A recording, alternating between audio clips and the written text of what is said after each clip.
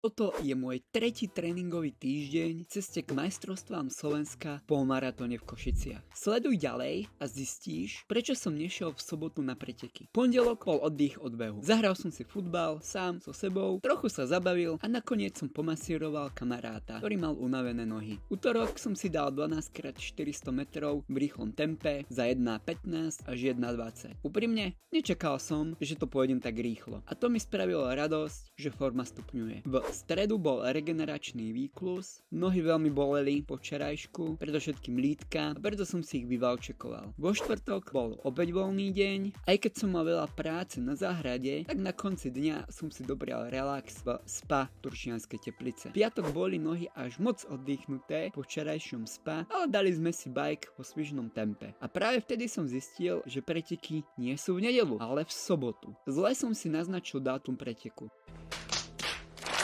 Sobota mala byť pretekový deň, ale keďže som neštartoval, išli sme na tréning, a to 70 km s 800 metrami prevýšením a priemerkou 28 km za hodinu. Takže nohy dosť boleli, ale stalo to za to. Nedeľa už bola voľnejšia, dal som regeneračný beh na Štrbskom plese, krásna jesenná hmla a čistá hlava. A tak skončil môj tretí tréningový týždeň, plný prekvapení, bolesti, ale aj oddychu. Daj odber, nech ti neunikne ďalší namakaný týždeň.